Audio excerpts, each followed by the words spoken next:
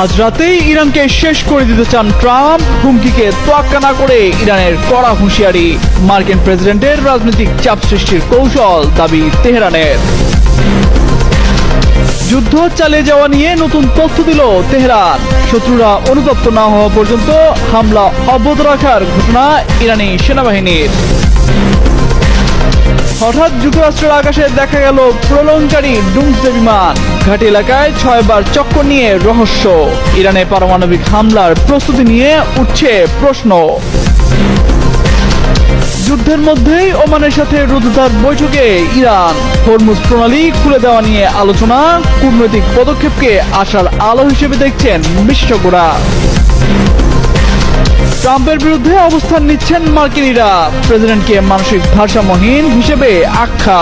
যুদ্ধ বন্ধে প্রশাসনের কর্মকর্তাদের হস্তক্ষেপের আহ্বান।